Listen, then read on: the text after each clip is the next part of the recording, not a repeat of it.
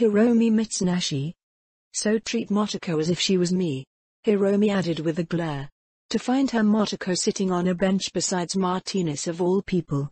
Martinez, who even Hiromi could admit was good-looking and had a tendency to attract attention even from the other corpo girls.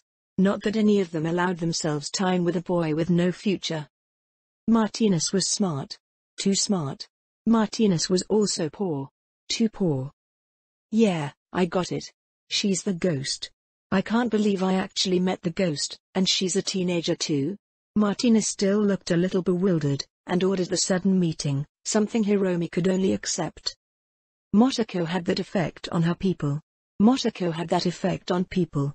Especially when she was being all cuddly and leaned in close with a smile, and she was sure that Motoko was going to press her lip buoy. She nearly squealed, shaking her head and pressing her cool fingers against her cheeks to try and cool off. Motoko was too strong. Hiromi? It's still boss, Martinez. She didn't quite snap, but reminded him. It was important to make sure underlings understood their positions in any company. Sure, boss. He responded full of sarcasm. Martinez was a difficult underling. Some days he was completely out of sync, almost depressed, some days he was snarky, and those were the days that got him in trouble with the rest of the class. Hiromi didn't care though, because Martinez was a good salesman once she had gotten him to stop trying to sell BDs out of dark corners, and constantly looking around like the NCPD were coming to collect his stock. Fucking gonk. This was Arasaka Academy. There were no teachers or staff here that would disrupt a small business. We were the future of Arasaka, North Carolina. Of course we had to understand how businesses functioned, including success and failure. Everyone had thought he was doing something creepy while selling his BDs, so despite having pretty good stock through his old source he had barely managed any sales. Cause Martinez was the dumbest smart person Hiromi had ever met. He had 0 street smarts.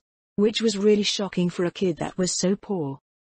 Hiromi had only had to see Mrs. Martinez once, to understand though. David was fucking spoiled. If Hiromi's mother acted even half as affectionate as Gloria Martinez, Hiromi was sure she would have died in embarrassment. Remember the Eddies Martinez. Now. I have work to do. Excuse me. She added, and the mention of money jerked the boy's spine right up. Sure, Martinez was a moody kid, but well. Eddie's got him nice and compliant. It was chump change honestly. Even without Section 9's cash flow, the money for the BDs and XBDs was literally pocket change, but for Martinez? It meant he had pocket change for a change, and Hiromi was very free with employee percentages. Right now her goal wasn't to pull every Eddie to profit, but to expand. Martinez was a part of it. Covering Arasaka Academy from the inside. Knox was another, as both supplier of the Mox collection, as well as a pseudo-partner, although she had long ago taken over the leadership position. He still griped about it, but only until the weekly profits came in. That always shut him up. Straight-lane shooters acting as a third connection to her burgeoning XPD empire. The gang was still working on their income streams, but Hiromi had cut them in, letting them sell her stock for a majority of the profit in exchange for another benefit. Hustle. Hired muscle. Knox often had 2 of the bigger SLS boys guarding his ass, and it had worked extremely well. The SLS were expanding in their area, not through hostile acts, but through being a supplier of easy entertainment. Hiromi had even set up a local net site, where customers could order over the CityNet, and a SLS boy would drop off their desired BDs right to their door. Considering how many BD junkies there were in North Carolina. Oh yeah. Every new customer was a nice bundle of Eddies on the weekly. And all of the revenue streams zipped up the tree right into her hands. Hey. Hey. She burst in laughter at how well everything was going. Hiromi had used to think corpo shit like this had been boring, but that was before she had created a company underneath her. Well, her and Motoko, and even Malcolm and Ichi. In her mind the 2 boys were sub-leaders more than anything. Motoko of course was co-leader. Hiromi might be proud of her work building income streams, but Motoko is the one that made it all happen. That and the real income was from Section 9 duty, and Motoko was undoubtedly in charge there. The sight of Motoko being all serious, and deadly serious, and utterly lethal. Hiromi cooled her cheeks once again. Hiromi had once been interested in June a little. Enough at least to use him to tease Motoko. Enjoying how the girl had always become outraged that Hiromi flirted with her older brother. Well before the coma anyways. Afterwards she hadn't cared at all that Hiromi tried to flirt with June. But Hiromi hadn't needed to feign interest in the dangerous gangster boy. Not when Motoko had turned herself into such a deadly woman. Hiromi still checked every Motoko BD, and was still thrilled every time at the casual lethal grace Motoko now moved with. You wouldn't notice it at first, or at least she hadn't, but feeling every muscle shift and move as Motoko scaled a wall, or battered scavs to death was an intimate experience. Miss Junoshi. A voice interrupted her daydream and she scowled. Oh, it's you Tanaka. She confirmed. The boy wasn't someone Hiromi usually would have needed to interact with. Being a year ahead of her, same as Martinez, but she had to for her employee. That was how Hiromi had first interacted with Katsuo Tanaka. She almost wished she hadn't had to. You've done an acceptable job handling Martinez. He hasn't caused nearly as many issues since you took him under your wing. My congratulations. The boy offered snootily, that ugly smirk on his face only making Hiromi want to punch him. What do you want, Tanaka? She demanded, not at all interested in dealing with this. Idly she reached up and adjusted her tie. The Arasaka Academy uniform wasn't the most comfortable thing. She almost envied Martinez and his casual disdain for dress code. Simply to request a meeting. Tonight? Dinner, my treat of course. Dark matter? My father has an open pass of course. I figured we can discuss business. Hiromi was flabbergasted, caught completely flat-footed. What? She asked and then instantly shook her head. Stupid question. What are you talking about, Tanaka? We don't have any business together. Not so. Not so. Father mentioned how impressed he was with your handling of the downed AV cargo. The fact you are already leading a mercenary strike team? When he heard that it was one of my peers. Well, father wanted us to have a closer relationship. You mean, your father realized how much of a disappointment you are for not being on my level? Was what Hiromi really wanted to say. To watch Tanaka crumble into the petulant child he really was. The funny thing was, despite all the problems he gave David, Katsuo was one of the least respected members of the academy. He just couldn't do anything without his father holding his hand. Listen, Tanaka. I'm busy with work, and I don't have any interest in cutting you in, or joining up with you. You just don't bring any value in my eyes for a merger. Hiromi said, eyes looking down on the taller boy with every ounce of apathy she could bring. Tanaka took it as well as he did any critique. You wanna be street rat bitch? You think I actually want to be around you? You stink like Martinez. My father was wrong. You have no value, and I'll make sure you remember that. Sure, Tanaka. We done? Yes. We are. She decided to not even give him the power to argue the point. She walked away. She was surrounded by kids playing at being corpos. The thought made her scoff as she was practically one of them. No way could Hiromi have done this without Motoko handling the difficult bits. But having valued personnel was a skill all on its own, something she had learned that had changed her world. She might never rise as high as Tanaka in the company, because he would be pulled up by his father, but that was fine. Because Tanaka would never be more than just a company boy. Hiromi? Hiromi would have her own assets, her own company, and her own projects. She would stay with Arasaka, but she wouldn't be just another drone like Tanaka. We were hanging out on the couch together watching some TV, but it wasn't a relaxing experience. June was purposefully ruffling the bag of ants. They were ants. Ants are ants. Not food. He was doing it just to watch me jerk away from them. I didn't even want to look at the damned things. They had been in my mouth. I now knew the texture of ants. Hey. June chuckled as he grabbed a handful and tossed them into his mouth. He was doing it on purpose. I hate you. Hey. I considered punching him, but June still had a nuclear weapon in his lap. What if he chucked them at me or something? I could get them in my hair. I don't think I could mentally handle that. So I just casually moved away from him, yep, super casual. Not squirming and flinching at all. Nope. I'm gonna go do something. In my room. I decided that a tactical retreat was in order, and June just kept smirking at me as I flipped over the back of the couch, sliding into a tumble to let me land on my feet at my door. Yep. Just going to avoid that whole thing. Inside my room, the Tashikoma piece was nearly finished, but I didn't want to sit there and just look at it, so I grabbed my guitar and hooked it into my amp. To get back at June just a little, I belted into the opening strings to chip in. Singing it at the top of my lungs, just utterly belching it out, made me feel better and probably annoyed June, so there you go. Then on my third repeat of the song, my 3D printer finally finished, and I hurried over, quickly pulling out the piece of casing and putting in the feeder material for the next section, loading it up and then starting it up again. Then, because I wanted to be a little shit, I walked back to where I was, grabbed my guitar and started the song back exactly where I had left off. That finally got me a reaction. "Motoko, cut it out," June yelled from the living room, loud enough I could actually hear it over the song.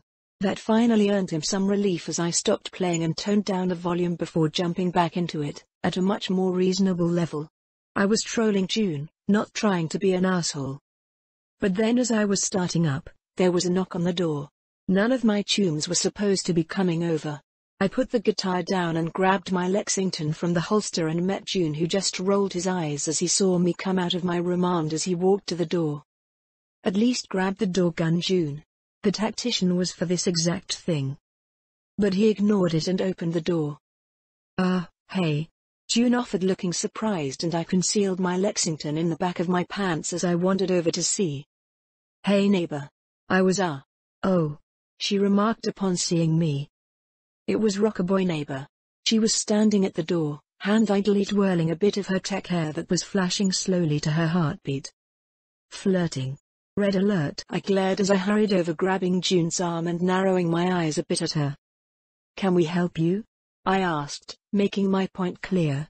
She just looked a little awkward for a second before seeming to cool down and then flashed a smile. "Hey, I just heard you playing and stuff. Samurai? That's Nova, old school. But Nova, we should jam sometime." She started speaking, and the moment I realized what she was going for, I instantly started laughing, practically busting a gut because she hadn't been looking at me while saying that. June looked like someone had fed him something sour. The look of confusion on the girls was great, and I just laughed and laughed in delight at the natural one she just rolled. "I don't play guitar," June offered after a moment, saving the girl a bit of confusion. "Motoko is Nova though. She can play anything." I could see the flush go up the girl's pale cheeks at June's statement, and even worse, her cool confidence was a bit broken. She had definitely come here for a chance to flirt with June about music. "Motoko, it's rude to laugh at people," June pointed out to me, because I was absolutely busting a gut. I brought myself under control, as much as I wanted to just point at June and tell him the look on his face was forever my favorite thing. But instead I calmed down to just softer chuckles. Sorry. Yeah, June," I said, getting myself under control. I looked at the girl, who looked a little lost and felt a bit bad. She had been rude on our first meeting, but I could be the better person. Besides, that look of disgust on June's face was never going to be forgotten. Mostly because I took a picture. "That was you?" she finally asked, and I nodded. "Yeah, June hates Samurai, so I was messing with him by playing it." "Wanna jam together?" I asked, surprising the girl with my sudden offer. "Oh, that would be nice. Motoko's never played with anyone else before," June said, dropping one of his stupid big hands over the top of my head. It took only half a second for the girl to realize that June was a good big brother, and that would be her way in. "Preem. Sure, I have some time to jam a bit.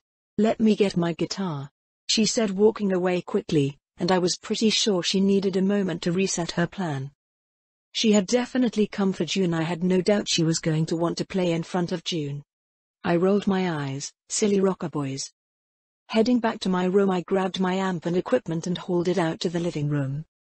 No way was I letting some random rockaboy gonk in my room. A minute later there was another knock at the door, and June answered it as I was setting up my stuff. Rockaboy neighbor was there with a flirty smile for June. "Huh. That's not the Orphean you had at your gig." I mentioned, cutting in a bit. She was carrying an old beat-up Washburn guitar. She looked to me, and shook her head. Course not. That's not a guitar you use while playing around. Gotcha. Well, come on in, feel free to plug into the amp. June, come sit. Yeah. He muttered, laughing as he walked over and flopped onto the couch, although since it was a big circle he had to sit sideways to see. Rockabye neighbor instantly hurried over and plugged in, and the moment she did I could see she was actually plugged into the guitar as well. Her hair instantly shifted, and as she strummed a few chords to check the sound her hair shifted with her. That was kinda nova. Should I get tech hair like that? Lucy had something like that too and I always thought it was cool. I shook it off as she strummed a few chords and from the sound I knew she was all set. So I instantly started into the intro to her own song. The one Violent Hemorrhage had opened their gig with, although I didn't know the name of it. The look on her face as she jerked up at the sound as I played it perfectly made me smirk. I had to repeat the refrain twice before she shook herself loose and finally joined in. Then we just jammed. I played the songs Violent Hemorrhage had played the night of their gig, playing along from memory, and every time I kept up, Rockabye neighbor looked more and more surprised.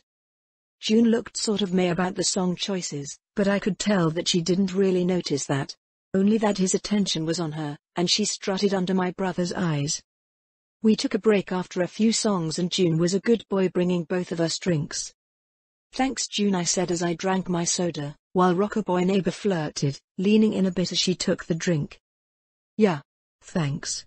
She offered, and I think even June wasn't dense enough not to notice that level of flirtation. Sure, anytime. He offered back, and that only made the girl smirk even more wicked. So what's? Okay, seriously, how do you know every song my band plays? You a super fan or something? No. I saw you play a gig once. The songs were alright, not really my thing. I admitted with a shrug. I tend to like older rock more. Or more electronic stuff, I guess. That's. She trailed off, glancing at June, probably wondering how to call me a liar or something. It was pretty crazy. Motoko is a genius, June said with a smile, reaching out and ruffling my hair. The girl looked like she wanted to argue. Which? Yeah, I could feel that. I mean, I had just perfectly played her own songs, having only heard them once. Well, I had heard them a few times vaguely, I supposed. She did practice in her apartment, but that was rarely clear enough to do more than vaguely recall the song she was playing. But that brought me up to another issue. So what's your name anyways? I asked, and the girl nearly spewed her drink out as she was taking a drink as I asked. What, you don't know? You never introduced yourself, and I only know you from the one time I heard you play. Yeah, but. She shook her head. Alice. Fujimura Alice. My eyes narrowed, but June made an ah noise as if it just dawned on him. Fujimura Summer's niece. I remember now. He mentioned you lived on this floor too. Yeah. Oh geez, and let me stay here while I get my band together. Since it's closer to all the clubs. She offered with a shrug. My narrow-eyed look eventually relented and I shrugged. The fact she was related to that jerk-face Fujimura didn't matter much. She was more like me than anything. TC connections but not actually a member. Couldn't really get annoyed with it considering that was very similar to me and June. Alice then, Nova. I'm Motoko, since I didn't actually say that, but you already heard June call me that. Yeah. The Kusanagi siblings. I remember Oji-san told me about you when you first moved in. Said the Oni was a good underling, but his sister was difficult. That sounds about right. I agreed without hesitation, earning an actual amused look from the girl. So know anything besides your own songs? I know a couple songs. She offered and started up something I had never heard before. Thankfully, with perfect musical memory, I caught on, and on the second playthrough I was matching her tempo. To my surprise, she seemed actually pretty happy to jam out with me. After a few songs, Alice called for a break, and then casually flopped onto the couch next to June. Flirting. I rolled my eyes, but she had been surprisingly nice this time, so I decided to give her a bit of space. I wasn't exactly thrilled that Fujimura's niece was into June, but I would just rely on my brother's denseness to romance. Instead, I headed into my room. The Tachikoma part was completed, so I prepped the next piece, messing with the printer making sure it was good to go, and started it up. Considering I was giving Alice some space with June, I decided to be semi-productive and look at my stat sheet. Level 17. Body 816 due to cyberization, maximum value has increased by 8. Athletics 7. Street Brawler 8. Annihilation 5. Reflex 8. Blades 7. Handgun 7. Assault 8. Driving 7. Intelligence 11, 14. Due to cyberization, maximum value has increased by 4. Breach Protocol 9. Quick Hacks 8. Programming 11. Cool 9. Ninjutsu 9. Cold Blood 8. Rockaboy 8. Technical Ability 6, 10. Due to cyberization, maximum value has increased by 4. Crafting 5. Engineering 5. 1 stat point, 6 skill point. Perks. Ambidextrous Blades 2. Quick Draw Handguns 2. Gun Nut Assault 2. Parkour Athletics 2. Grappling Street Brawler 2. Drive-by Driving 2. Cat-like Athletics 5. Cool Nerves Cold Blood 2. Danger Sense Ninjutsu 2. Wall Breaking Breach Protocol 2. Cybersecurity Quick Hack 2. Recoil Reduction. Annihilation 2. Cyber Ninja Ninjutsu 5. Fearless Chill. Cold Blood 5. Improvised Weapons Street Brawler 5. Parry Blades 5. Robotics Wizard Crafting 2. Drifting Driving 5. Rapid Reload Handguns 5. Design Wizard Engineering 2. Rifle Ace Assault 5. Ghost Touch Breach 5. Perfect Musical Memory Rockaboy 2. Debug Programming 2. Siren Song Rockaboy 5. Hacking Wizard Quick Hacks 5. Inspired Programmer Programming 5. AI Whisperer Programming 10. Slamfire Annihilation 5. Enduring Builds Crafting 5. That was where I currently was. I looked through my stat block to try and figure out what I wanted to grind next. Weapons popped to mind. I was a bit behind on gun skills still. But I wasn't sure I wanted to go to the range again. Actually, I did have Annihilation. I could grab a shotgun, or a machine gun. Actually no machine guns. Shotguns were good though. Also engineering and crafting still stood out. Okay. Grenade time. I gathered some parts I had. I would stop at a shop and head to the Straight Lane Apartments, to make some grenades since June still refused to let me make them in the apartment. I was low on grenades after that one kid stole them from my quadra. I walked out to see June looking pretty uncomfortable, as Alice flirted with him. Her hair was throbbing pretty quickly to the beat of her heart. Ooh. June was in trouble. Be strong, Junie. It's only a rock star going for your innocence. I'm sure no rock star has ever defiled an innocent maiden before. Hey. I snickered as I walked through the apartment. I'm heading out. Gonna go build some grenades. You want any? What, you're leaving? Are you so wait? What was that about grenades? June called, trying to rise up, but I was already out the door. I guess that means he doesn't want any. Slipping into the garage from the elevator, I walked over to my quadra and slipped in. Uncaring about the TC toughs that still hung out down here. I guess it was safe? Being down here kept the kids from being targeted by other gangs, I guess. I roared out of the garage, enjoying the way the quadra got a little air at the exit every time. I whooped as I slid into the street and then slowed down to the speed limit and drove to the gun store. Buying a metric ton of supplies, I carried the heavy box out of the shop and into the passenger seat of the quadra before heading to the Straight Lane Apartments. Time to get to work. Tinkering with grenades was a surprisingly soothing experience. Future tech meant they were actually pretty safe, like handling C4. You pretty much knew exactly what it would take to cause an explosion, and as long as you didn't do that one thing, you were good. I made a dozen of them using old parts before I ran into the problem of lack of supplies for the casings. Sure, I had all the internals, and the triggers, but I had run out of the casings to hold everything. I frowned. Normally I would head back to the apartment to run the 3D printer, but that was already in use. Did I want to buy a new one? I was making a lot more stuff. I could probably get a way higher quality printer as well. I considered it as I spun around in the chair and took in the sight of the net-running basement. I shrugged. It wasn't like I could get any more work done here without either going out and buying casings wholesale, or making them myself. I packed up the grenades, noted that I had earned a crafting and tech alert from the dozen completed grenades, and grabbed the box of completed explosives to take with me. My quadra was running low on Big Boom after all. Heading up, I was stopped as the elevator opened by a pair of girls that I recognized. "Ah, it's you too." "And it's you." The smaller one hissed, glaring, but the taller girl rested a hand on her shoulder to calm her. "We were waiting for you, hoping you might be willing to discuss something," she asked, and I felt my eyes narrow. Last time I had met these two, they had threatened Hiromi, and hadn't been happy to have us around. It had been a while since then though, so I guess something had changed.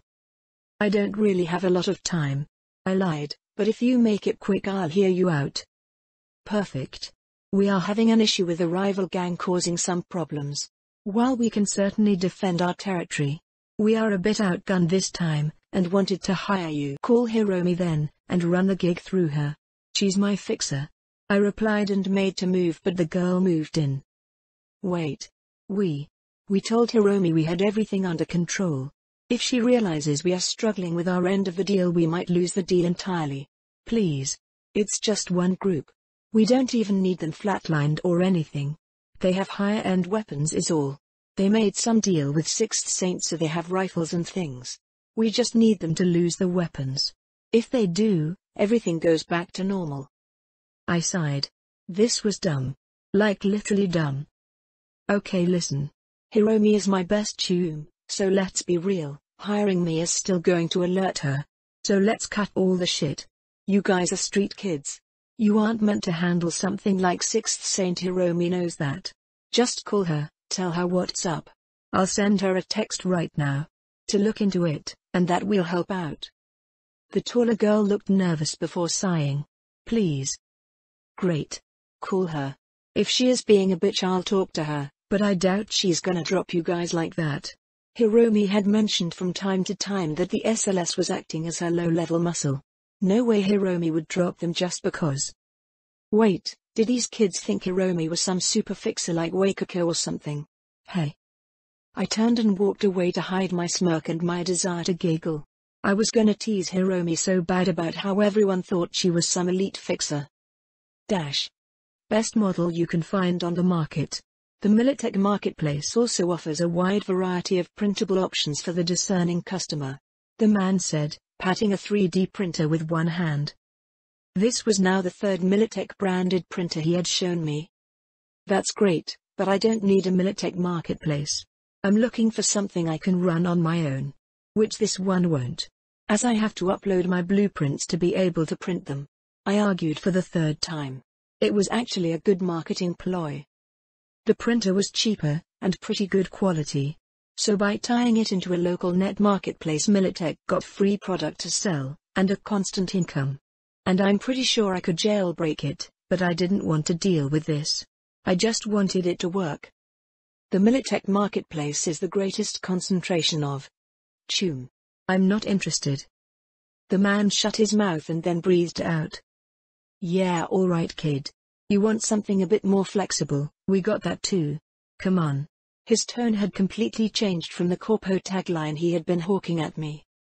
He led me over to the side of the shop that was sort of tucked away, and there I finally found what I wanted. "These don't have any corp support for production, but you know that." "I do," I said, checking out the varieties he had.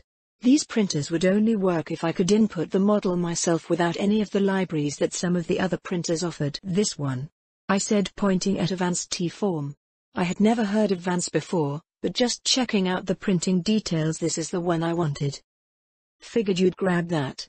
The T are good, but be careful about build-up. They have a really shit cleaning system, so you'll want to do it yourself. But if you do, they are solid."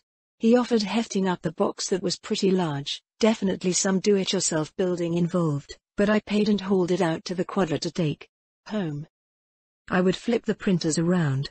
This one could keep working on the Tashikoma. I would need tighter tolerances there anyways, while the old printer could be sent over to the Netrunner lair for grenade parts. June wasn't home when I got back, which made me wonder if Alice had actually gotten her claws into him. But I ignored it, heading into my room, taking out the Tashikoma part that was done. and unplugging and moving the old printer, to make room for the much larger new one. I started cackling as I put it together. So much power. So much building. Tachikoma. Once I had it all settled and ran a quick test part to see. It came out smooth and within my actual tolerances. Usually the printer made things a bit wonky, but not this time. It was nearly exactly what I wanted. Perfect. Satisfied, I started on another part, and the timer for completion was certainly better than before. Well, I still had my old one. I popped the second printer onto the floor and started printing out grenade casings, slowly working through the process as the new printer buzzed quietly, working much faster than this old one. An hour later I swapped out the part being constructed for another build and took all the Tachikoma parts so far and started fitting them together. I had enough of the outer casing done now that I could start putting together the brain and start fitting it together. I had the parts all ready, especially since it wasn't like I was building an AI here. OSCSM would have about the same level of intelligence as my Tachikoma, at least to start. Then again, Brendan was a SCSM, yet he was smart enough to make people think he was alive. It would all come down to the iterative design, and my skill as a programmer. The brain came together, just some hardware capable of running an OS. It was honestly basic, but it didn't need to be complex. I just needed the start. With the brain put together, even with the body still only half completed, I grabbed my laptop and started programming. I dumped the box of grenade casings onto the table down in the Netrunner cave. I had a few hours before the piece of Tachikoma was done, so I had some time to grind more crafting points.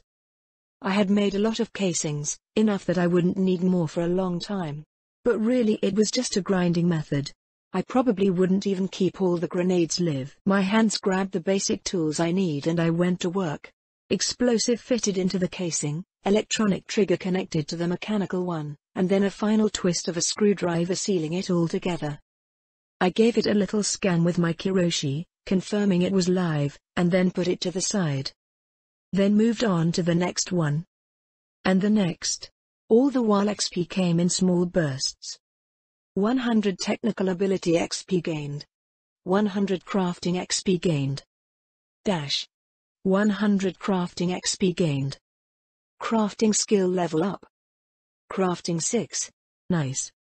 I had stilled as the alert came in, slowly putting down the grenade I had been working on. I had dozens of the things now, each one lined up to the side ready to be used. I stretched, raising my arms high above my head, and groaned as I felt my muscles in my back stretch. That had been a good grinding session. Now what was I going to do with all of these grenades? The idea struck me and I laughed, instantly pulling up my agent to make a call. Ringing. I hummed a bit as the call went through, already gathering up the grenades into a box for transport. Ringing. Hello? Motoko? Ichi. Glad you picked up. You doing anything right now? Nothing I can't put down. What's up? I have a ton of grenades and I figured having some stored in your truck would be a good idea. Just in case you need something with a bit more boom than the HMG. Grenades? Motoko, I don't think I'm comfortable with that. What? Why? They're just grenades, Ichi. I've never handled grenades before, Motoko. I don't exactly want to blow my hand off or something. I looked at my box of grenades, ones I had just been planning on storing and using sparingly. Then I started grabbing all of them and throwing them into the box. Ichi, meet me at the Straight Lane Apartments. I'm calling Hiromi and Malcolm as well. We are running a grenade course. Fuck. Can I opt out? Nope. This is an important skill. Plus it gives me an excuse to actually have so many grenades. So June can't yell at me anymore. Where did you even get all these grenades from? Did you do a gig without telling us? What? No. I just made them. You made them? Motoko? Yep.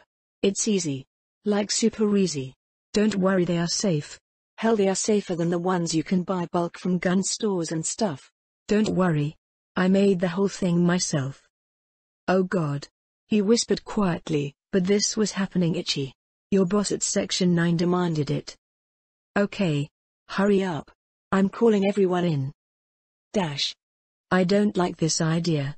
Hiromi muttered, but I ignored her whining as well.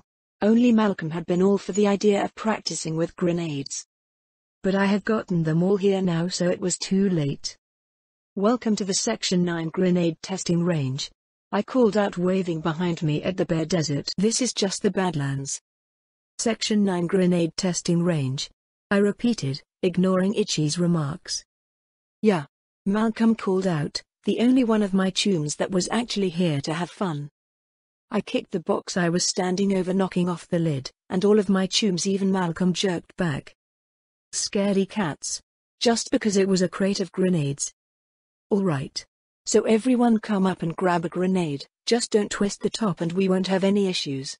If you do accidentally twist it, just throw it far away, but let's not do that. First off, get a feel for the heft of the grenades. They aren't that heavy. Malcolm instantly walked up to grab a grenade, while Hiromi and Malcolm both stayed far back. Come on. Both of you. They aren't going to hurt you unless you don't know what you're doing, and that's why we are here. As a fixer, I don't think grenade usage falls under my job description. Hiromi tried to argue. I just drive. I don't do combat much. So I don't think I need to know this. Ichi added a moment later. Don't be silly. Hiromi.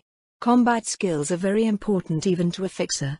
What are you going to do against some corporate hatchetman squad coming to kill you if you don't know how to toss high explosives at the bad guys until they are just chunky burrito mix? I said while pointing at Hiromi, then I switched to Ichi, making him flinch. And you? Throwing grenades out of your car's window at gonks chasing you is a very useful skill. You both are learning this. I demanded, stomping my foot, causing the crate to shift, and Ichi and Hiromi both flinched back. Wow, this is pretty Nova Motoko. You made this? Malcolm asked, looking over the grenade he had picked up. Yep. The cap on the top is a timer. The more you twist it, the shorter the fuse, while the large pin is the safety. As long as you are holding that, no explosion. The timer can't go under 1.5 seconds. So you should be able to throw it far enough to be safe as well. At the max it has a 10-second timer. Why so long? Traps. Pop 2 or 3, set the timer and run. 10 seconds is a long time, more than enough for most gonks to think wherever you were is safe to run to now. Malcolm nodded, taking in my wisdom. Hiromi and Ichi were still too far away. Get over here and grab a grenade or I'm throwing them at you. I called out, and that finally got my chums moving. Hiromi first, with Ichi following behind as both of them walked up to the crate and gently pulled a grenade out. Okay, so like I said, get a feel for it. First thing we are doing is some test throws. Without popping the timer, we are going to see how far you can throw it. Preem. Malcolm said, walking over to where I was on a little hill, and then chucked it over to the other side. Malcolm had a good arm. Nice distance. You'll be able to really freak people out with surprise grenades, I said while throwing him a thumbs up. Malcolm smiled happily at my words. Hiromi and Ichi's turn.